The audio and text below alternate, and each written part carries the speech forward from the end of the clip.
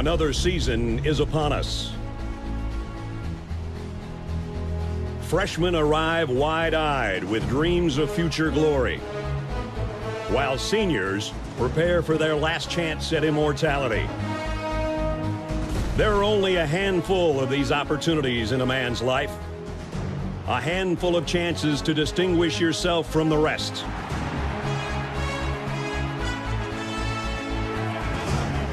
It's on these fields where history is made, where legends begin and heroes triumph. Traditions tell the story of what you represent, of those that forge the legacy you uphold.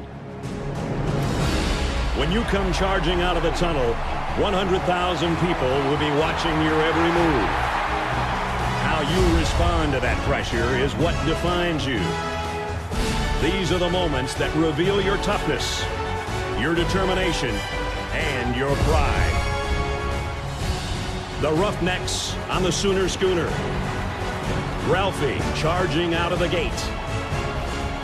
And Chief Osceola planting his spear.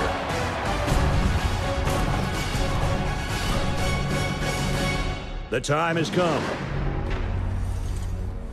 Your time is now.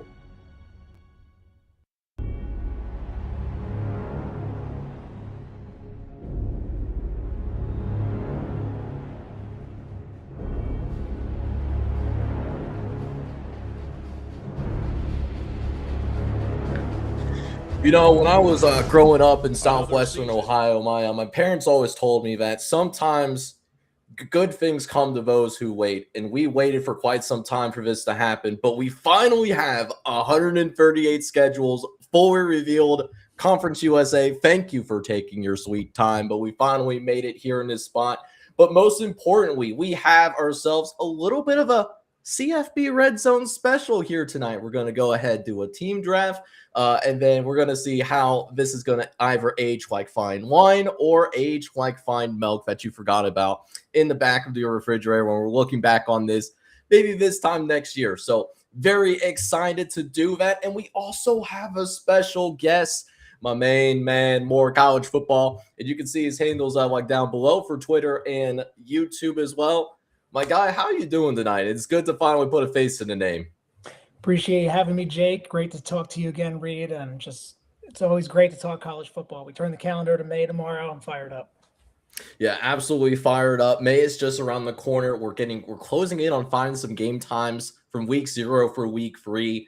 And it just makes me feel fantastic. You know, finally something to talk about aside from the complete debacle that is the Brandon Sorsby situation. So I'm glad that we can put a little bit of distance between that, and I hope you guys are excited here tonight. And if you are, make sure you go ahead, do a couple of things real fast. Not only hit that like button and subscribe button for me as well, but if you're watching on Twitter in particular, make sure you go and check this guy's stuff out real fast. Dude just eclipsed over 1,000 followers.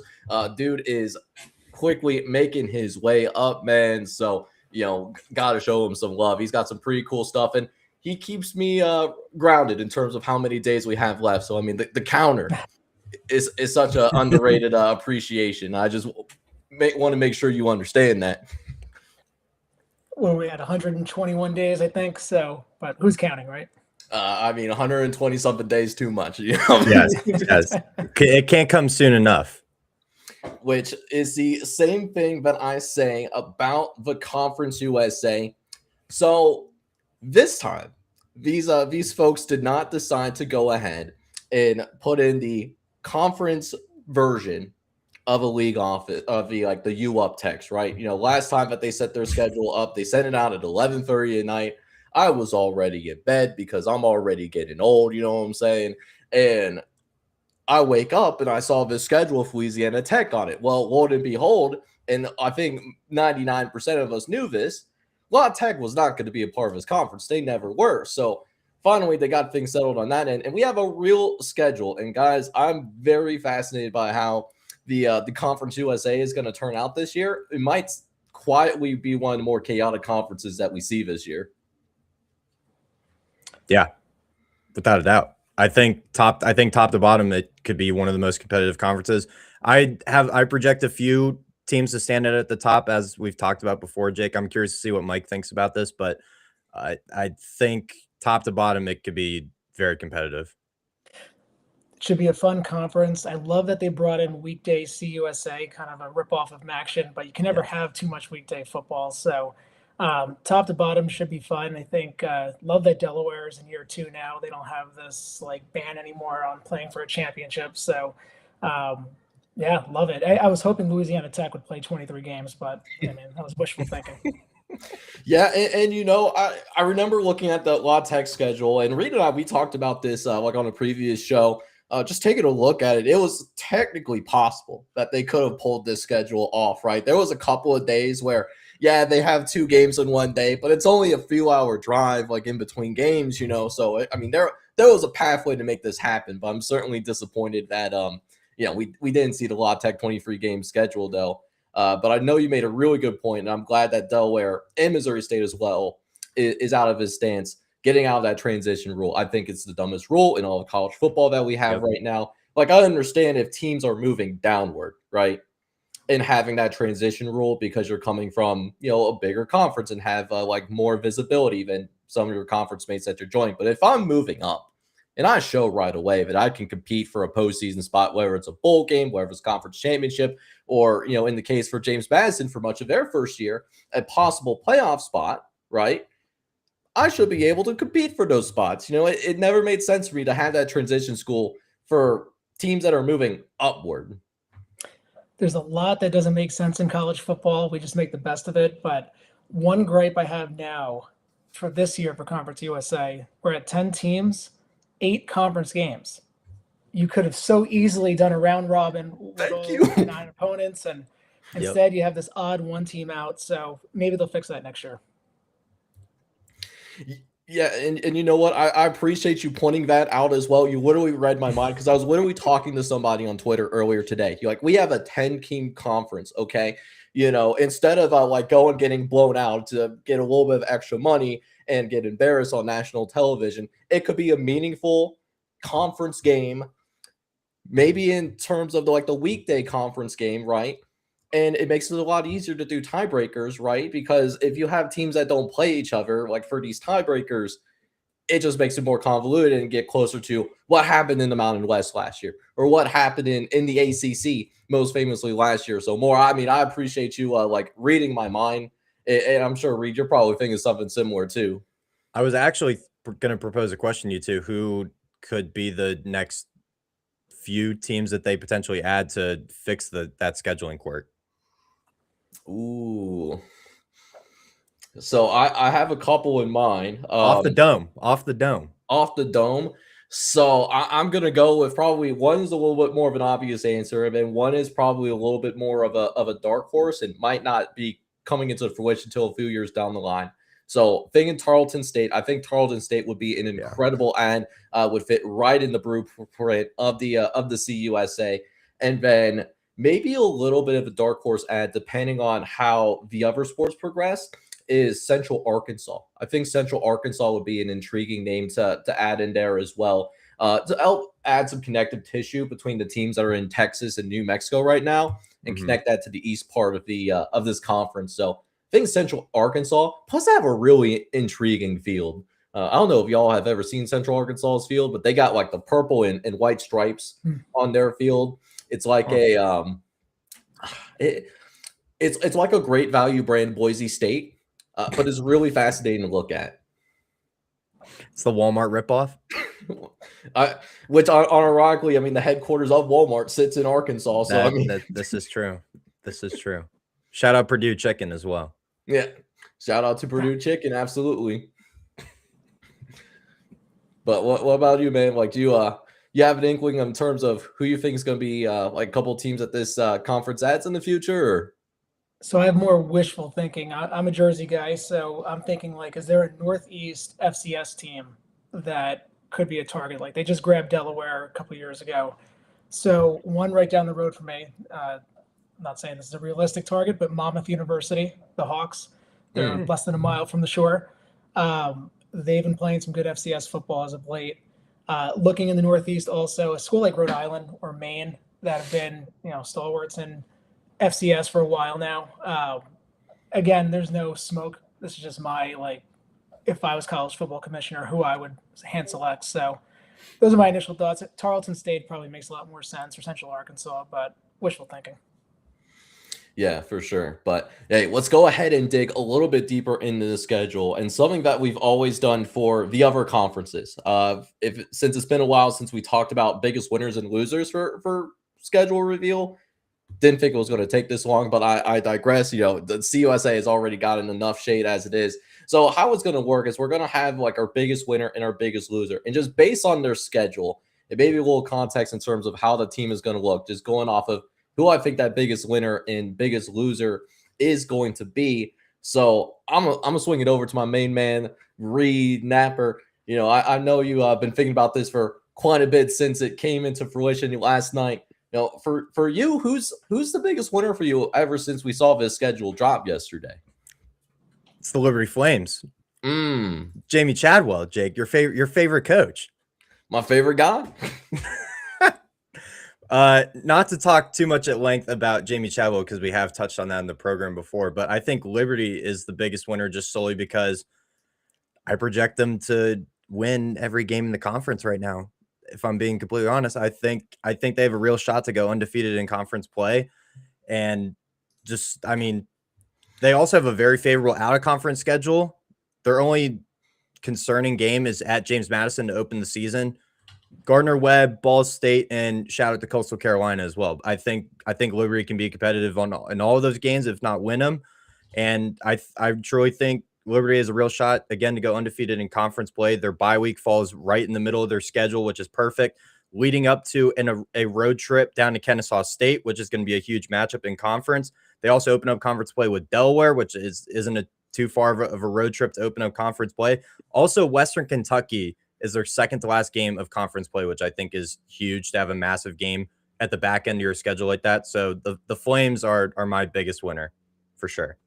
Yeah, and I have to go the same thing as well in terms of Liberty being my biggest winner for a lot of the reasons that you said. They don't have a power conference opponent that they have to worry about. Their toughest opponent might be their first game of the season on the road against James Madison, but that's a team that's going to be in a little bit of a transition. Think they're going to be an excellent team to James Madison Dukes, but don't fully know what that team is going to look like under Billy Napier. I really like the bye split as well. They have a nice split to where they're not playing more than 7 games between a bye, which is something that I've always really enjoyed, especially in this era where we only have one singular bye, unless you played in week 0, which Liberty definitely doesn't. And also for me personally, this Liberty football team, just off of my internal metrics, they have the weakest strength of schedule in major college football this year. Sacramento State and North Dakota State, those two have been a part of the FBS ranks for 5 minutes total, and they put together better schedules that they came up under thin air than these guys who had years to determine decent non-conference opponents, right? So it really sets up nicely for Liberty to have a bounce-back season, but coincidentally for Jamie Chadwell, you had a disappointing year last year. You went 4-8. Yep. No excuse for it this year. You had the weakest strength of schedule. You're going to have one of the better teams from a talent perspective in this conference. You got to make something shake. Without a doubt. I think this has, with the schedule and how it falls out, granted, we just talked about a pre-show, like they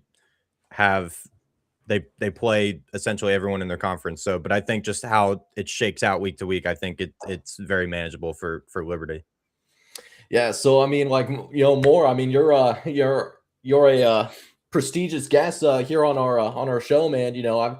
I'm just curious to see if you're feeling the same way about this Liberty squad, or if there was another team that you were eyeing just in terms of how favorable their schedule looked. So Liberty, I can't argue the points you guys made on Liberty's schedule. I think it's certainly very favorable. I'm going to call out another one, New Mexico State. And a couple reasons for that. First, they're one of 2 teams that have 2 bye weeks. So we're back to a 1 bye week season this year. But New Mexico State plays week 0. So naturally you get 2 bye weeks.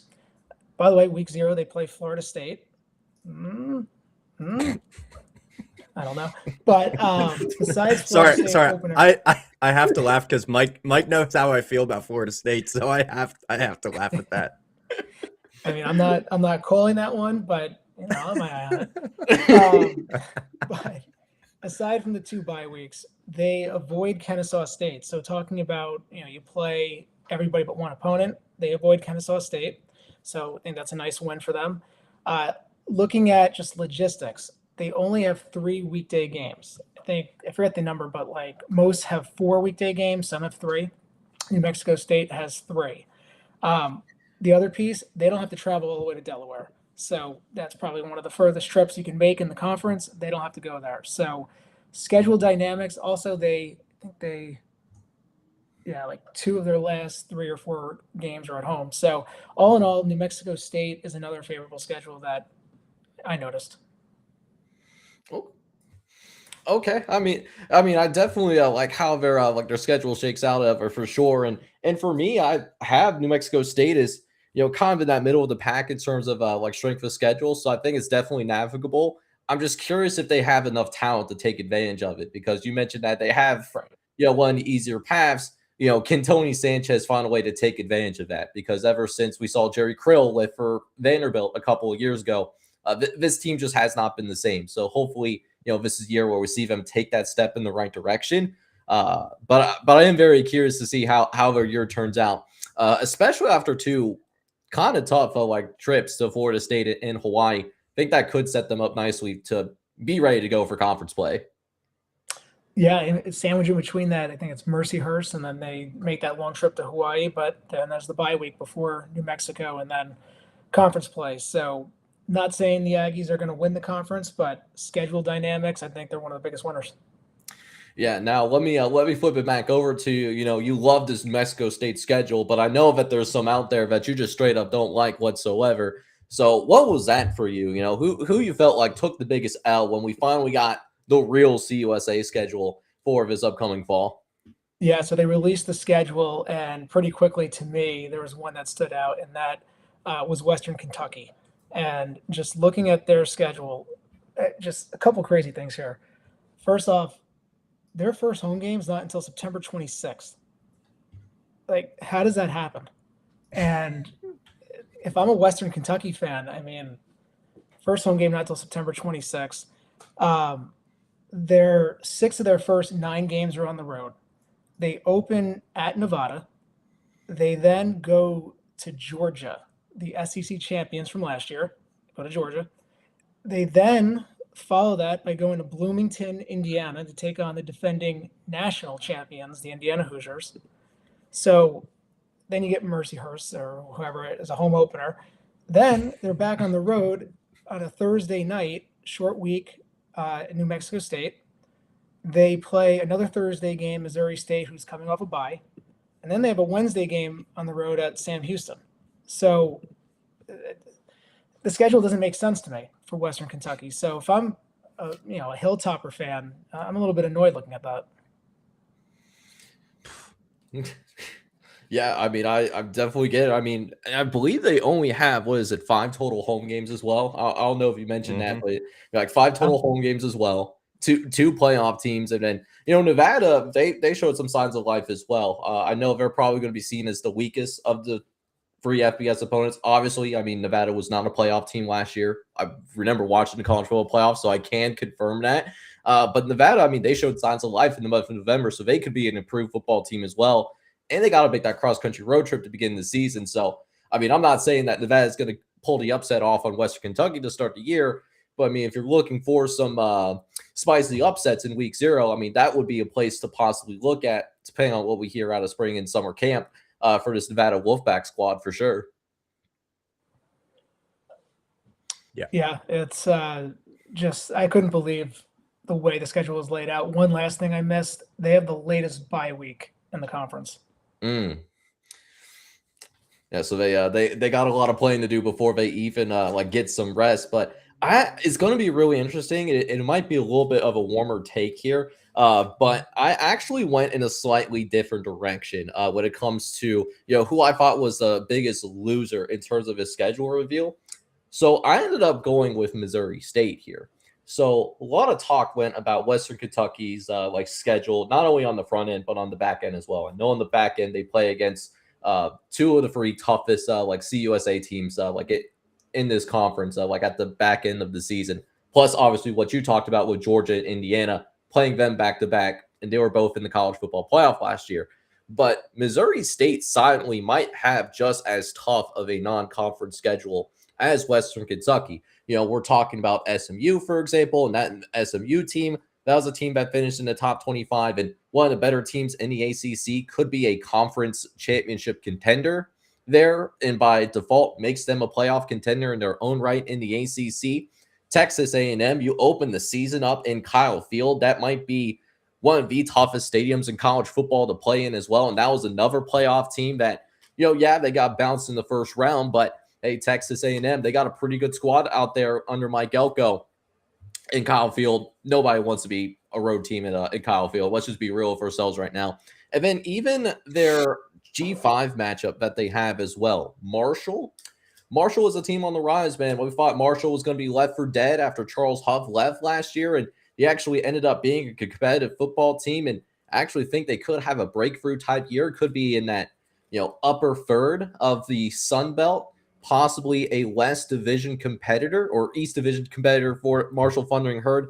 So the non-conference schedule silently it's going to be one of the tougher non-conference schedules. Might just be up there for Western Kentucky. Oh, and then by the way, after that SMU game, which is their fourth game of the year, they have a bye, but then they go through conference play and they don't have a single bye through the rest of conference play. So they finished the year off with 8 consecutive games that they got to play. And by the way, they finish off their 7th game from that bye on the road to Jacksonville State, who made it to the CUSA title. And then the final game of the year for them is Liberty. You get them at home, but it's your 8th game. And we just talked about it. Liberty could very well be playing in the CUSA championship at the end of the year. So Missouri State, they're like Western Kentucky. I mean, shout out to them. That non-conference schedule there is going to absolutely get them ready to go for CUSA conference play. But don't say about Missouri State schedule either. I actually think they have a tougher one than Western Kentucky, all things considered. Now, Mike, I promise Jake and I do not share notes before the show. Allegedly. I promise this doesn't always happen, but it just always seems to happen. Jake, I also have Missouri State as my biggest loser. I viewed that I'm not gonna repeat all the points that you just made. I view the schedule in 3 different sections, ironically enough. So the first section is the non-conference, like you said, A&M on the road, at SMU and Marshall. Those are 3 very, very tough out-of-conference games. Then your bye, and then the second section at Western Kentucky, Kennesaw State, the reigning conference champion, and at Delaware. 2 of the more longer road trips within the conference. Then the last section at Jacksonville State, like you said, second to last week of the season, and then home to Liberty, which you're coming off 8 straight games within conference play against 2 of the better teams in the conference. It's Missouri State, and they already have to deal with having to replace their head coach from last season. Shout out to Ryan Beard, but it's going to be an uphill climb for Missouri State, of all things considered. I'm not throwing out record predictions now, but Missouri State, it's gonna be ugly. I feel it's gonna be ugly. Yeah, and I know you touched up on Ryan Beard as well, leaving this program, and I've been told that at least from the rest of the staff outside of the head coaching staff, that the staff has improved compared to last year. That's what I've been told from Missouri State fans. I gotta see it to believe it, because I thought Ryan Beard did a pretty good job, leading this transition up to the FBS level, getting them to a winning season, and getting them to play in the coveted Xbox Bowl to go up against Arkansas State. So I definitely have to see it to believe it from that aspect. And also shout out Ryan Beard, alleged friend of the program, So just gotta toss up that one out there. Definitely appreciate him for sure. But yeah, man, I mean, just one of those days where we're just on the same wavelength. I'll gladly be the contrarian. I'll go with Western Kentucky schedules. Thanks. I guess that's what happens when you co-host X amount of shows as we have so far. So yeah, it just comes from hosting the same show with each other over the span of months, and then we just become just a hive mind. So always appreciate you being here, man. That's for sure. But I definitely want to hear your thoughts. Those of you that are watching in the live chat, whether you're watching on YouTube or if you're watching on Twitter right now, who you think is the biggest winner or loser from this schedule that has been released. And yes, it's the real schedule. It doesn't have law tech. It's not the the quintessential you up text that you sometimes get when you're in a situationship. Okay, this is the real. This is a committed schedule for this upcoming fall. So definitely want to hear your thoughts. Anything else you want to say about what the CUSA has going on before we move on to the main event? Just glad we have a schedule. We've made it to the mountaintop. Yeah, we absolutely made it, and it's I'll never forget seeing that schedule and just thinking, oh my God, they finally did it. And I said it audible enough to where like a couple of coworkers like asked if I was okay. I can remember where I was, the time it was when you texted the group chat.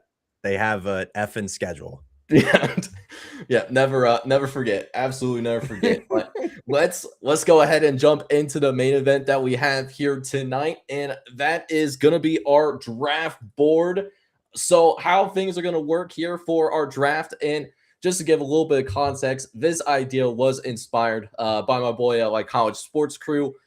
Reed, you're going to be hidden for a second. You're just going to have to deal with it. So I actually did this with the folks over at College Sports Crew last year. And as you can see, definitely won that draft last year. So I have proven myself as a certified ball knower. And so this year I decided, hey, as we get a little bit closer to the season, we finally got some schedules revealed across the board. Let's go ahead and bring this to the people, right? So let me just kind of go ahead and let it be known how it's going to work. So it's going to be a 6-round snake draft. So as you guys can see on screen, there's 6 rows for each of us. So we can pick from at least one ACC team and one of the other power conference teams. Then there's a couple of other rows that we can fill. This row right here is kind of like that wild card. If you want to, we could use that for any team that you want. If you want to pick Notre Dame, you can. If you want to pick like SMU, even though you picked Miami, you can do that as well. If you want to pick Penn State, even though you picked Ohio State as your Big Ten team, you can do that. That's kind of how that is generally going to work.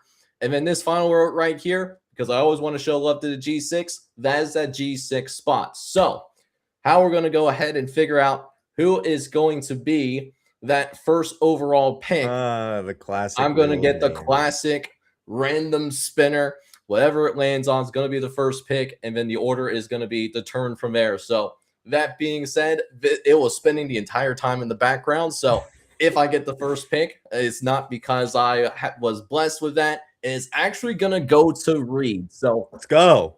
Yeah, Reed's going to get the first overall pick, and then my man Mike Moore from More College Football, he'll have the second pick, and then I'll have the third pick. Then I start the second round with the first pick in the second round, and then we'll just keep going until we fill this entire board up. So that is how that's going to work. So with that being said, the 2026 team draft is officially underway. Reed, you are on the clock on the first overall pick. What you rolling with, my man? Damn, you stole my thunder. I was about to do the draft chime too. Man. There's a bunch of different directions I could go with here. Nah, I'm just kidding. It's Notre Dame. What are we talking about? Odds on favor right now. I have to. The whitest schedule I've ever seen in my life. It's the Notre Dame Fighting Irish. I think they easily could go undefeated this season. 2 of their major games, Miami, BYU, they're easily going to be competitive in both those games. I think they have a real shot to potentially go undefeated, as I said. And again, they only have to make the playoff by being a top 12 team in the rankings. So think that's a pretty good shot. So I'm gonna take the boys from South Bend with the first pick. I trust in Marcus Freeman. They're gonna have a fire under their what. So the boys in South Bend, I'm taking first overall. And you know what, Reed? We've hardly started this draft, and you're already testing my patience. Okay, like you of course you had to go ahead and take my first pick. But it is what it is. I'm gonna bounce back with 2 better picks in Notre Dame, and then I'm gonna end up winning this whole thing. But hey, you know what? It's fine. It's totally fine. But I'm gonna swing it over to Mike. As my special guest man, second overall pick. We see Reed take Notre Dame off the board. Just very curious to see what your mind's at and what direction you're thinking about going. So first off, remind me, are we conference championships, are there points for those? Yes, so I forgot to explain that because I got a little bit excited, right? So how the point system is going to work is so you're going to get points based on what these teams do throughout the year, right? So a regular season win, regardless of who you be in a regular season, that counts as 1 point. If you win a bowl games count as getting 2 points, and then if you end up winning a playoff game, that's 4 points per playoff win. Now, if you win a conference championship counts for 5. And then the national championship, if you win that, that counts as 10 points. So a lot of emphasis on making sure you win your conference and national title, or in this case, for Notre Dame, just a national title. So should have explained that at the beginning. I got a little excited to get this going and get this started. So with that in mind, man, the floor is yours in terms of who you want to roll with for your second pick. Yeah, I only asked because there's that little disadvantage with Notre Dame as a pick, so can't get that conference championship. But for my, I have bigger aspirations. Okay, I have bigger aspirations. so It's go for my big or first- go home around here, Mike. You'll find that out very quick. It's go big or go home. Well, speaking of go big or go home, I'm going the Miami Hurricanes. Ooh, okay. Going the Miami Hurricanes. Mm. So for no other reason than they've been in the ACC for 20 some odd years now, whatever it's been, they've never won the ACC. I think they're going to be a better football team than the one that fell just short to Indiana in the national championship. I think Darian Mensah is a better fit. He brings on his teammate, Cooper Burkhardt, however you say that, from Duke. The schedule, just pulling that back up here, they start on the road at Stanford, but it's the first game of the year, so you have time to travel out there. They end the season with 3 straight home games, so nice little advantage there, potentially leading into the ACC championship. Really, the one tough one is at Notre Dame. So maybe this, Reed, that's the game of the year for us now, Miami, Notre Dame, where that could make or break this little competition. But overall, I think this Miami team is going to be right back in the mix. Whether they win a national championship this year or not, I don't know. But like to think they're winning the ACC. They're going to be a contender. Yeah, man. I mean, I definitely I can see the vision with the Miami pick, and I what's scary about this Miami football team is I think arguably they've certainly made an upgrade at the quarterback position. I think Darian Mensah is better than what Carson Beck was for this football team last year. And I think Mario Cristobal, I think he figures out a way to keep his team more consistent. We saw the incredible highs with what they did in the playoff, as well as beating Notre Dame at the beginning of the regular season, which ultimately was the difference between them going to a bowl game that they might have opted out of and getting that last at-large spot. But for me, man, I had to go with the team that actually won the national championship last year. And we know that this coach is a certified bad man. And what's scary about the team last year and this team, like from when he first took over, I think this team could be better than the 2 teams that he already had in Bloomington, Indiana. Give me the Indiana Hoosiers, led by Kirk Cincinnati, certified bad man, could be considered one of the best coaches in the game right now, man. I got to roll with the Indiana Hoosiers. Those are my boys. Always got to show love to the Big Ten. And I mean, they might arguably have a more physically gifted quarterback in Josh Hoover too. Plus Nick Marsh on that team as well. Like it's going to be scary times. And I mean, I just have a tremendous amount of respect for Kirk Cincinnati as a whole. But I also have respect for this next program as well, since I had the pleasure of getting the roundabout and getting the first pick in the second round. You know what I'm going to go with. It's Reed's favorite football team. Give me the OHIO, man. Shout out to Billy Tuesday, who's sitting in the chat right now. Listen, I think like Ohio State having Julian Sayin coming back, and then also having arguably the best player in college football right now in Jeremiah Smith. I mean, good luck covering that guy one-on-one. Plus, they're one of the few programs in the country right now that just reloads every single year. They send 10 to 15 guys to the NFL. No problem. We got 10 to 15 guys waiting in the wings right now. So I think Ohio State, I think they win the Big Ten championship. and I think they could very well make a nice run in the college football playoff, depending on what their matchup is. So, we'll see if this ends up like hurting in my face, but I got to roll with the OHIO, man. So you're not concerned about the schedule? Not concerned about the schedule. Iron sharpens iron. Okay. So right. Ohio State is the most consistent program in college football. Mm-hmm. They haven't lost, if you take the COVID year out, they've won 11 plus games in 13 straight seasons. And looking at the schedule this year, it's brutal, but Julian Sain's back. They have a ton of talent back. Ryan Day is still the head coach last time I checked. So that was actually going to be my pick there. So a little bummed. It is what it is. Be better on the steak. I don't know what to tell you, mate. So since I can't pick Ohio State and Indiana is taken off the board, I'm playing a little strategy here, and I also have some belief in Dan Lanning and the Oregon Ducks. And here's why. Oregon has won 26 games over the last 2 seasons, and both seasons have ended with just an extremely sour taste. They got their doors blown off by Ohio State 2 years ago in the Rose Bowl, and then this year in the Peach Bowl against Indiana. Dante Moore, he's back. Dakarian Moore, Evan Stewart, they're back. They just have studs on both sides of the ball. I just think Dan Lanning, he just turned 40. He's just on the verge any year now of winning a national championship. So give me the Oregon Ducks. Okay. All right. Don't like it? You were going to go with Oregon, weren't you? They were definitely in consideration. I mean, shoot, they were definitely in consideration for my next pick. I think out of the 3 teams we just talked about, that's the best pick from the Big Ten as of right now. I think that's the safest pick. Just based on everything, I think they have the most production of the 3 teams returning from last season. I think Dan Lanning also has a chip on his shoulder from the blowout he took to Indiana. Pause. But I think Oregon has a lot going for them, and I mean, Dante Moore is arguably the best quarterback in college football right now, so I think they have a lot going for him. But because Mike decided to take my potential next pick, I think I'm gonna go with an oddball pick here.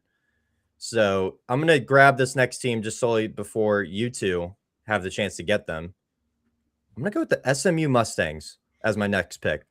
I'm going to grab them because I solely think they are the second best team in the ACC. I think they're going to be playing in Charlotte once again, which it's their 4th year in the conference, and I think they'd make their second conference championship appearance, while Miami, 20 years in the conference, will be making their first. So I'm high on Kevin Jennings. Love Rhett Lashley as a coach. I also like the portal additions that they made. Namely, I think Yannick Smith is going to take over this conference at receiver. I'm really high on him on the outside for this Mustangs team. Defense is reloaded, so I think SMU has everything going for them in the right direction, and I'm happy to take them with my second pick. Okay. Yeah, I mean, I really like that SMU pick. I'm not gonna lie. That was a team that I was considering taking as part of my I guess not necessarily my AC. I guess it would be my ACC slot, wouldn't it? But yeah, that's a real good pick, and I definitely respect it, Reed. Not gonna lie. Appreciate it. Now, this might be another oddball pick. I actually am gonna shift here from what we've talked about on the show before, Jake, about this team. We actually talked about him on Monday at length because of recent circumstances, but I'm gonna go in the opposite direction. Same conference. I'm gonna go with the BYU Cougars as my next pick out of the Big 12. They have taken I think a pretty decent jump forward ever since the Brendan Sorsby news at Texas Tech. I think they have a legitimate chance now to win that conference. Bear Bachmeier's back. LJ Martin, one of the top running backs, is back. They retained Kalani Sitake through cookie money and whatever other money you want to put out on him from the Mormon community. They retain him at BYU. I think they have one of the easier schedules in the not the easiest, one of the easier schedules in the conference. They don't have to play Texas Tech in conference. So BYU, really, the only game that concerns me is my fellow draftee and Notre Dame. So that really a toss-up there. So BYU will be my third pick. Go Mormons. Hey, listen, that BYU Notre Dame game, like you're getting a point either way. So, like. Same with you, Indiana and Ohio State. Yeah. Yeah, possibly twice. Like that could be two toss-ups for true. This is true. Yeah. Which I think they do meet up in the Big Ten championship. So that BYU defense, I think now with Kelly Poppinga could be even better than last year. I like the pick. I know they lost Jay Hill. The linebacker's name is escaping me. The one they got out of the portal from Lafu? Leon Lafu? Yes. Out of Texas? Yep. Feels like a Texas guy. Yeah. He came from Cal. Oh, but it felt like a Texas guy first. No, but still Texas, I think. I think that was one of the most just wasn't talked about drastically additions in all the portal. I think between him and the other Cal linebacker in the Clemson debacle, I think Uolave is one of the better additions defensively in the entire portal this last cycle. So I'm high on the Cougars, man. I'm high on the Cougars. I like the pick. So team of the news this week, Texas Tech. Brennan Sorsby, he's likely not playing this year. Give me the Red Raiders anyway. Give me the Red Raiders. I was high. So quarterback, yes, that's a concern. I'm going to hold out hope that they're going to figure it out. I don't know what to say. The schedule avoids BYU in the regular season. But I was very high in the running game. They brought in, a couple of running backs. They really, this is Texas Tech. They've invested heavily in the portal. I think this is still an elite team. Now, maybe I don't have them going as far in the college football playoff this year, but I think it's Texas Tech or BYU in the Big 12. So if BYU's off the board, give me Texas Tech. So you're going with like the Sorsby spread. I love to see it, man. In terms of going with Texas Tech. We gotta trademark that statement too. By the way, that's. Moneyline Mateer is already off the board, so we might as well take the next best one. Yeah. That's really the $1 million question. What's the better saying? Moneyline Mateer or the Sorsby spread. That's something that we really need to talk about on this show here tonight. Moneyline Mateer, because the Sorsby spread could be potentially taken the wrong way. So fair. All right, fair enough. I'm going Moneyline Mateer.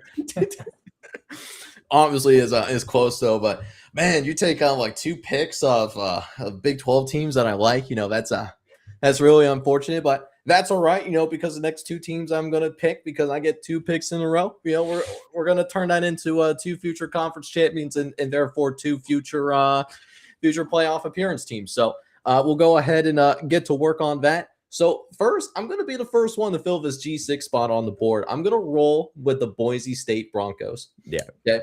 This Boise State football team, I think this Boise State football team going to be a part of arguably the best G6 conference going into this year. I think that they are heads and shoulders the best team in the Pac-12. I would actually be surprised if this team does not play for a Pac-12 championship this year.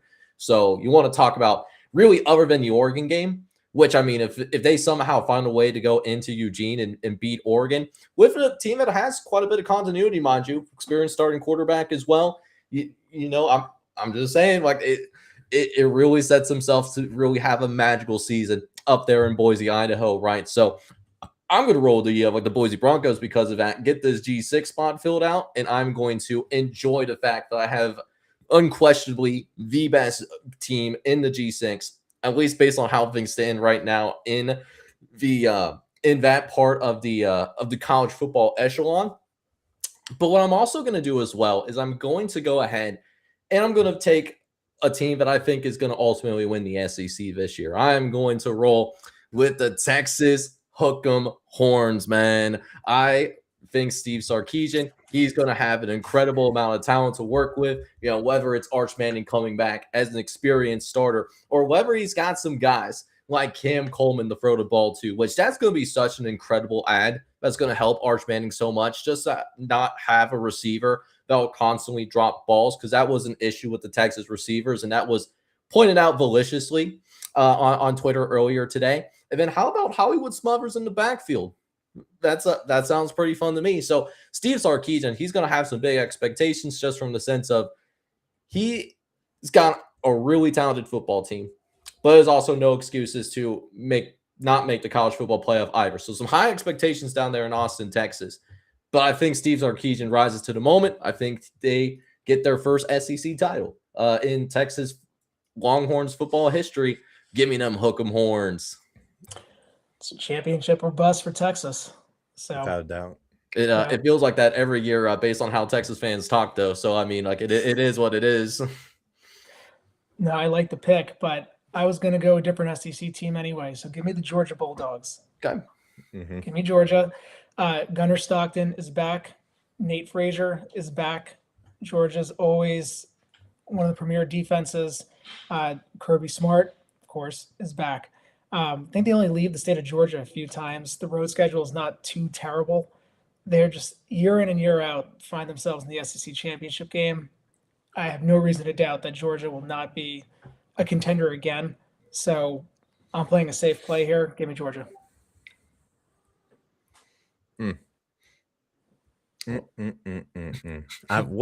What a position I'm in, because Georgia was the team I was going to take out of the SEC. So I'm at least going to walk up one pick that I know for sure I'm making right now. And shout out to Mike. It's the Penn State Nittany Lions, baby. I had to do it. Come on. The easiest schedule in the conference. Basically, Iowa State 2.0. I'm fully bought into Matt Campbell. You can put out any propaganda on the Penn State football Twitter, and I'm loving it every single time. All the propaganda. I'm behind Rocco Becht, one of the most experienced quarterbacks in the country this season. I think they upgraded at a lot of key positions. They retained at a lot of key positions, namely on the defensive side, linebacker. They were able to retain Tony Rojas, who was the heartbeat of the defense. They retained a bunch of secondary players.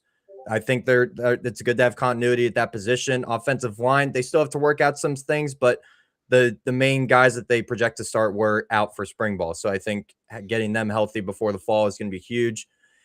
And I'll say it again. I've talked to Mike about this before. I think James Peoples is a sleeping giant ready to awaken at any point. That running back comes in from Ohio State.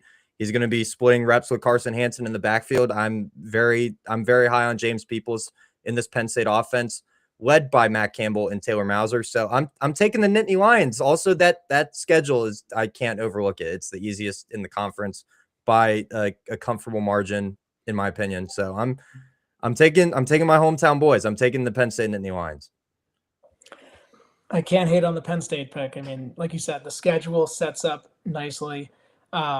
There's a lot of returning talent, whether it's from Penn State or the talent from Iowa State coming over, the best of the best from Iowa State.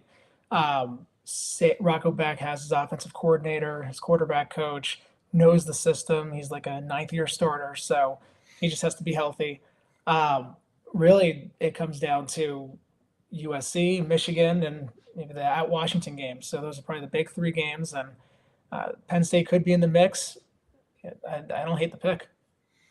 Without a doubt. So this might be a hot take for my next pick. Now, I said that Georgia was going to be my next SEC pick, or my SEC pick. I've talked to Jake about this before, and I'm kind of high on this team compared to like other people we've seen on the space before. I'm going to go with the Oklahoma Sooners as my SEC pick, mainly because if they have a competent run game, this will be a good football team next year. They return a lot defensively. I trust Brent Venables to lead a good defensive football team. They were a top 5 unit last year collectively. I think Mateer returning, they upgraded at running back. If their offensive line stays healthy, they upgraded at receiver. So if Mateer finally has some competent receivers other than Satenya, I think Oklahoma is a real dangerous threat in the SEC. Not saying they're going to win the conference, but I think they are very competitive. And based on my estimations, I think they're a fringe playoff team. So I will take that gamble. I will take moneyline Mateer and the Oklahoma Sooners. Heck yeah, dude.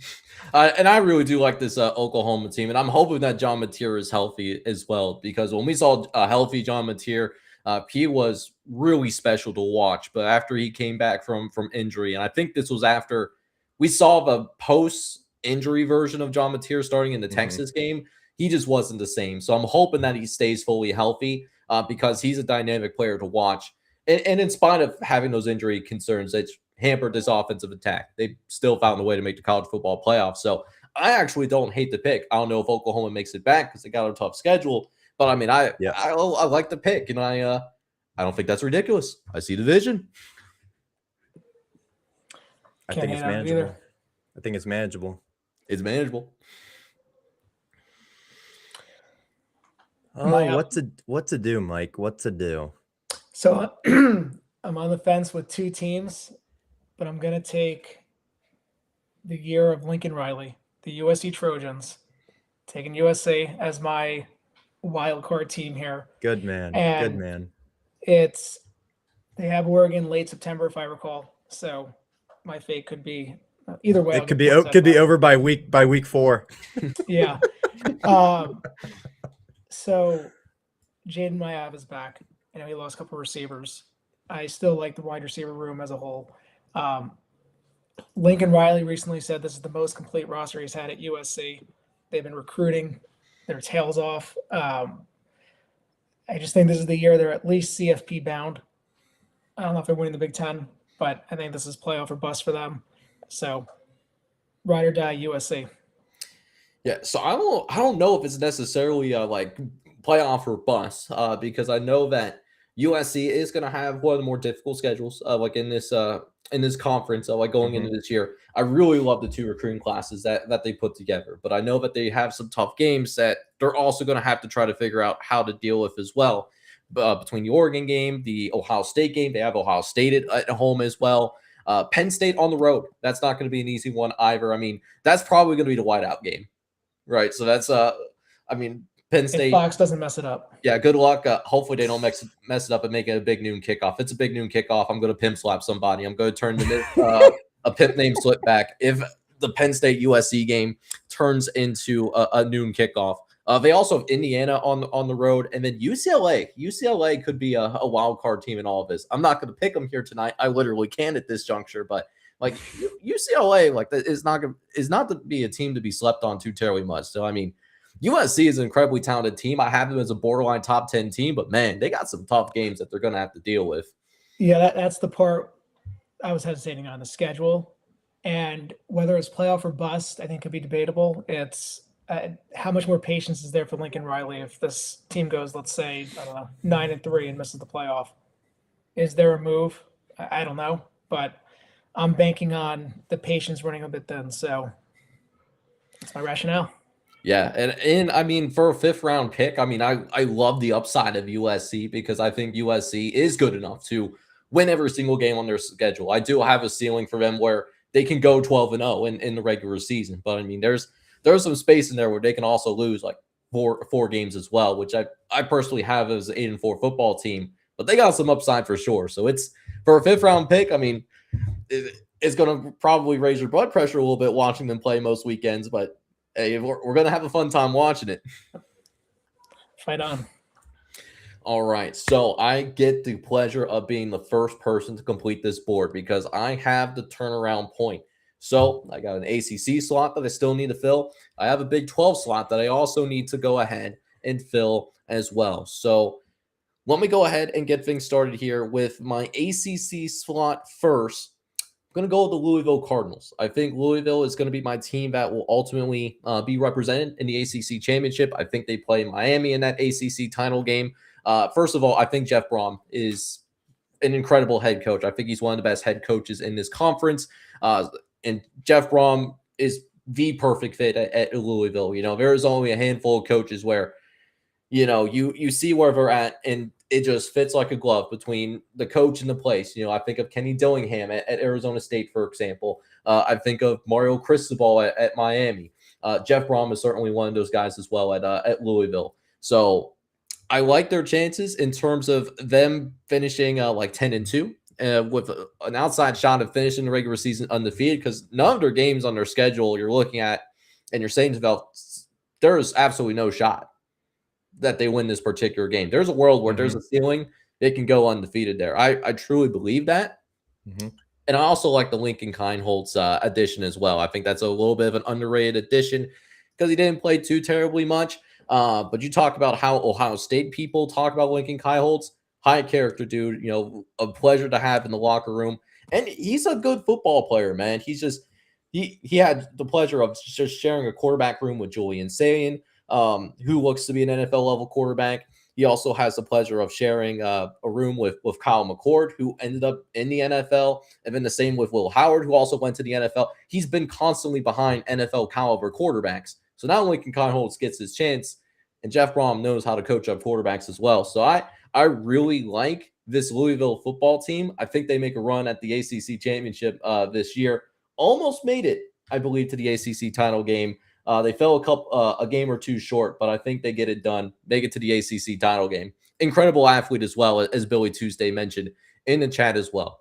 Now, Big 12. You took my two favorites, BYU and Texas Tech. That was going to be my Big 12 title game, to be honest with you. But I'm going to go with a dark horse in a team that I talked about on Twitter. I talked a little bit on the YouTube space as well. Sign me up fully on the year one Colin Klein train. Give me the Kansas State Wildcat. I really like this fit for Colin Klein. He captures perfectly what Kansas State football should be all about. Former Heisman Trophy candidate. He did an incredible job as the offensive coordinator at Texas A&M last year, helping out in the development of turning Marcel Reed more than just an athlete and turning him into a competent passer. So I love that kind of development, and I think he's going to do wonders to help Avery Johnson out as well. And I like the staff that he brought along with him too. Plus, this schedule it's a pretty nice schedule. I'm not going to lie to you. Their first 3 games at home, it's going to be pretty manageable. Nichols, Washington State, Tulane. Really, there's only 4 or 5 games that I think they could lose, but I think they could have one of the higher floors. I have a floor of 7-5 at worst, but at best, I see a team that could sneak it into the Big 12 title game because they have one of the easier schedules in the conference as well. So give me Kansas State. I actually think they finished 11-1. That is the wrong logo. Whoopsies. But yeah, I love this Kansas State football team, man. And I think they could sneak up on some people here in year number 1. So of your 2 picks there, Louisville was the one that I was tossing around with USC. So that's a solid pick. Louisville's schedule also, just to go back to them for a second, sets up nicely. No Miami on there. No Clemson. Their furthest road trip is to Syracuse. So some schedule dynamics in there for Louisville. Kansas State, scared money don't make, or what's the saying? Scared money don't make money. Don't make any money. Yeah. Yep. I think that's a nice upside pick with the other, 2 off the board in Texas Tech and BYU. So I have one more pick, right? So it's the G6 spot. I'm going with a team that I'm very high on. Mike? The Hawaii Rainbow Warriors out of the Mountain West. Good one. I like this Hawaii. In fact, I love this Hawaii team. So they went 9-4 last year. On Christmas Eve, they had that thrilling bowl victory where everyone's celebrating Christmas, and I'm just locked in to the Rainbow Warriors and that rally they had at the end there. Timmy Chang has turned this offense into just something like you saw back when he was slinging it around. Micah Hato, probably butchering the name again, the quarterback, he's returning. Their defense has like 80-something% returning starters coming back. So I think Hawaii is the Mountain West favorite. I think they are a CFP contender. Side note, if you haven't seen it, go to YouTube, watch them tear down Aloha Stadium. It's pretty fun to watch. A stadium teardown, fun to watch. It's quite sad, but it's also quite fun. That makes sense. So they've been playing, in this makeshift stadium right now, but yeah, they just took that down sadly the other day. So Mike, just so we know, Mike loves watching things blow up in his free time. Just so we're aware of In the little free time that I have with all these children around, yes, that's what I do. Listen, I love the Hawaii pick though. I think Micah Yes. Alahada, he might be one of the best quarterbacks in the G6. I would put him up there against any quarterback like in the G6. Definitely is a pleasure to watch and really makes the Midnight Hawaii test worthwhile, is it not? I mean, who are we as Americans if we don't stand up and watch Micah Alahada go to work at 1:30 in the morning, you know? So I love the pick, man, for the G6 pick. I think they definitely have a lot of upside, especially with Alahada returning. I've told Jake this before. I have a long shot Heisman ticket on Alahada. So, Nice. if that works to fruition, Mike, Hawaii is undefeated in the college football playoff. So, I mean, good for you. Congrats. And we're all happy. Yeah, congrats. Well, that actually helps me out for my G5 pick because that was not one of the teams I was considering. So that's good. I'm going to go with the team that has a ceiling of 11-1, undefeated in their conference. I'm going to go with the New Mexico Lobos. Okay. As my G5 pick. Now, I know Jake and I have talked about it before. Jake is higher on UNLV. If I'm not mistaken, he has UNLV potentially undefeated, winning the conference. But I think New Mexico has a lot going for them. They're the highest rated team for me in the conference, the most returning production by a wide, clear margin in the conference. They're ranked 21st in returning production nationally, which is clear in the conference. The next closest team is Air Force at 37th. And then there's a drastic drop-off. So I think New Mexico has a lot returning for them. I think their schedule is very favorable. The one concerning game out of conference is at Oklahoma, so against a fellow team. Love for the game. But the Lobos, man, Jason Eck, one of my new favorite coaches in all of college football. I think last year was just a stepping stone for what New Mexico could be under his leadership. And I think I'm really just looking for that week 7 matchup against Hawaii, Mike. So let's go. Let's fight. Let's go. Come Yeah, on. well, make it interesting. But I love Finish Jason him! Eck. I mean, how can you root against Jason Eck? So I guess that week I'll have to, but otherwise, solid pick. Yeah, and I didn't realize this fully until I started doing previews for each of these teams, like in the very beginning of the springtime. But one of his kids is on the team, and he was an all-conference linebacker as well. Jackson, Yep. First team All Mountain West player last year. Stood out in that bowl game against Minnesota. Yeah. Probably should have won that game against Minnesota too, if we're being honest with ourselves. Yeah. The only thing that could hold back New Mexico is if Jack Lane, the returning quarterback, throws another 10 interceptions. As long as he cleans that up, I'm hopeful. I'm hopeful for the Lobos. So that I'm taking the risk. Yeah, and if anything else, like he at least brings back starting experience. So hopefully he does clean it up. Yes. Not as risky as the Sourceby spread though. Or Moneyline Mateer. But hey, man, this wraps up our little draft team draft that we have here. Went through all 6 rounds. Looking at this board, anything that jumps out to you in terms of maybe like teams that thought we were going to draft but didn't end up happening, or teams that did end up getting drafted that maybe went earlier than maybe you originally expected? I was kind of surprised none of us took Michigan, which I mean, personally for me, I'm kind of surprised. I was kind of, I mean, for me, like I had like Ohio State, Indiana, and Oregon's my top tier, and then after that, it was between Penn State and Michigan. So if I didn't get Ohio State and Indiana, if I needed a Big Ten team, I mean, it'd probably been one of those two. I'm happy that they have an actual adult in the room though, because Ron Moore was clearly holding them back the last couple of years. True. The couple of thoughts I had: Ohio State went earlier than I thought. I thought maybe the two of you would be scared of their schedule. I was going to jump all over them.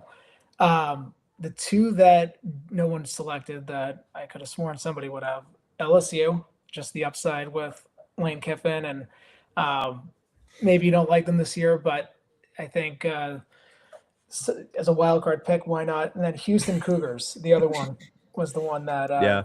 no one selected. That's what I thought Jake was going to take for his Kansas State pick. I thought he was going to take That's what Houston. I thought too. Yeah. Yeah, I thought about going the like the Houston route. And I do have Houston rank ahead of Kansas State, but I think Kansas State at the end of the year does finish with a better record than Houston. So that was really what it came down to at the end of the day. Houston's schedule is just a little bit harder. You know, I don't love that they go on the road to play against Texas Tech, and I don't love that they go on the road to play against Utah either. Those are two insanely tough environments in the Big 12. And like the Kansas State and West Virginia is going to be an improved football team as well. I have those as toss-ups as well. So I mean, I would say they have a higher floor than Kansas State. I will admit that, but I mean, Kansas State was my 6th round pick. So I mean, if it doesn't work out, then you know, it is what it is. I'm curious to see if this question is mainly for Mike. So since Jake took Boise State, was there any other team you're thinking of other than Hawaii? Because I have another G5 team I was at least considering between them and New Mexico as a toss-up for me. So I was all over Hawaii. I was pretty much locked in on them. The one other that I kind of thought about, San Diego State. So I think the Aztecs, could be a really tough team and one of those down the stretch in the G5 that could be making a run. So I'm just hoping for a fun Pac-12 conference this year. I think San Diego State could be the primary challenger to Boise, and that was the other one I was, was looking at. Yeah, the other one for me was South Florida. I've talked about it before. I'm really high on Brian Hartline year one. I love the additions they made through the portal. And again, another team that is clear in the production that they bring in compared to the rest of the conference. So I think the Bulls have a real shot in the American, but I think New Mexico has a lot more upside, at least playoff terms, compared to South Florida. Yeah, because I think at least for New Mexico does have, I believe, multiple like power conference. Well, they have the one power conference opponent to Oklahoma. I know USF doesn't really have that. So what that lends to is that USF wouldn't have any opportunities for signature wins, or at least show they can be competitive. So I know how this committee thinks when it comes to strength of schedule.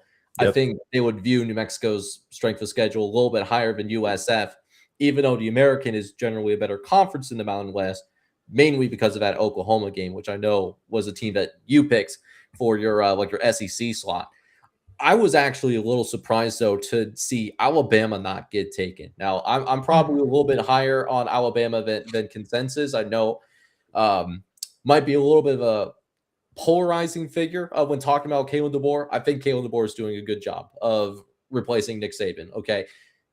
No one is going to replicate the success that Nick Saban had when he was in charge of his program, winning title after title and consistently finishing in the top 5. But you want to look at his 2 years at Alabama, you're talking about they honestly should have made the playoff in year number 1. If SMU would have beat Clemson, Alabama would have been that last team in the playoff. And then you're looking at Alabama playing Penn State in the first round. I mean, that would have been probably a little bit of a closer matchup than the SMU Penn State game. I think, Reed, you can acknowledge that. And then the second year, they were the first teams that actually beat a team on the road in the college football playoff. Year number 1 of this 12-team format. Not only did these road teams not win, I mean, they were generally taken to the woodshed and sent off to greener pastures, so to speak. So they made it to the quarterfinals this year, and I really love their quarterbacks. I know they're inexperienced, but I watched Keon Russell and Austin Mack play, man. Those guys are going to be special. They have incredible arms. I think their run defense in particular is a better run defense unit. So I didn't pick them, but I had Alabama going to the SEC championship game to play against Texas. If I had that wild card slot and Ohio State was off the board, Alabama was going to get some consideration for me there. Ohio State is, that's my number 1 ranked team in the country in post spring. So I had to pick them up. And the one thing on Alabama, I guess the question I have is offensive line. I think not a lot of experience there. But to your point, so I'm higher on Caitlin DeBoer and Alabama probably than most as well. But naturally have a question. So I was going to avoid them for the draft. But I guess a question for you guys: how ugly will this board look come December time? I mean, other than the teams on my roster that play each other, I'm going undefeated. I don't know what you guys are talking about. Yeah. What are we talking about? Yeah. Listen, I mean, it just comes with the territory. Like if you throw out a lot of takes, you're gonna have some bad ones in there. I know I had a take where there was a particular team that I thought was going to be the G6 representative for the college football playoff, but they ended up failing to make a bowl game. And because they did me so dirty, names will not be displayed. Reed knows Liberty. They know exactly who I'm talking about. But it's going to happen. I could definitely see Kansas State blowing up in my face. I absolutely could. Yeah. Yeah. I picked Kansas State to win the Big 12 last year, so I wasn't touching them this year. Yeah. You know what? I had like Kansas State going to the Big 12 title game last year. But to be fair, this time last year, it was seen as Russian roulette, and Kansas State looked like one of the safer teams. So, like the read, it was the correct read. But just the wrong time. The execution was wrong. So yeah. When it comes to Kansas State football, I'm ready to be hurt again. And if they hurt me again, maybe I'll learn a second time, but probably not. A team that could completely implode my roster, Oklahoma. I mean, I'm fully buying into Mateer returning. That's pretty much a lot of the decision that goes into that pick. So Oklahoma could I think the run game, I'm optimistic it's going to be better this year. I agree. The pressure off John Mateer. I'd like to think Mateer is healthy as well. So you just never know with the schedule. I mean, any SEC schedule is tough. So yeah, and they now have that 9th conference game. So that's going to make things like even harder. Like I talked about it when we were doing our playoff predictions, like on the show a couple of weeks ago. But I think, and most folks outside of the SEC are not going to like this. If you dislike the SEC getting the benefit of the doubt, I think it's going to be even worse this year. Yep. Okay. Sorry, fringe teams. Yeah, like I hate that it's like that. Trust me, I do. I don't like the idea of the possibility of 5 teams from the same conference making a 12-team playoff. I really don't. But just the way how I predicted things, I really think the SEC could get 5 teams in the playoff. Just wait till we go to 24 teams or 38 teams or whatever we're going to. No. 10 from each conference. No. See, yep. Sorry, Mike. Completely against it, by the way. Mike, you're one and done. Mike, you're one and done on the program. Sorry, my friend. Yeah. Listen, if we do the FCS format, I could possibly get behind it. But if it's one of those the Big Ten and the SEC, they get 6 auto bids each, and then we forget to, the G6 still has to share an auto bid. That's where I have a problem. But I mean, that's a story for another day. I'm gonna wait till one of these live shows where we could really dive into like an hour and a half rant in terms of everything that's wrong with college football, because that's in the that's in the wings. But hey, Mike Moore, man, I really appreciate you coming on the show here tonight. Any final thoughts before we sign off here as a prestigious guest on my humble show? Well, I appreciate you having me on, Jake. It's I'll say for both of you, I know how much work goes into doing this. You show up every day, putting content out there on Twitter and doing your podcast, and it's not always easy. And certainly it's not always appreciated. So hats off to you guys. Enjoy the work that you do, and it's always great to talk to others that love the sport. So that's just my closing comments. Appreciate you having me. Reed, you have any final thoughts before we sign you up here tonight as well? Besides the fact that I'm going to be the future champion of this team draft, or well, aside from that blasphemy that just came out of your mouth, Mike, it's always a pleasure to chat with you, my friend. You're welcome back anytime, as long as the CEO allows you. Also, if you haven't yet and you're watching, go follow this man. He's one of the best college football follows on Twitter right now. That's not a lie. Great content. Throwback Thursday to West Virginia. Wasn't even expecting that today. So I mean, you get that. You get the countdown which is what I look forward to every morning. I open Twitter. I'm looking for Mike's post on how many days left we have until the season. So he's a great follow. Would really appreciate you, my friend. Thank you.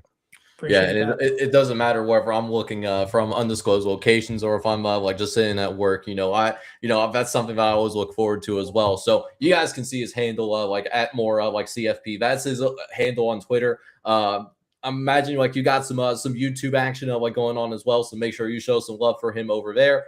If I remember, I will have the rest of his stuff like in the description if I actually remember. But hey, in the meantime, this is Jake from College Football Red Zone sign off. Hoping you guys are all out there having a great night. Take care and take it easy, everybody.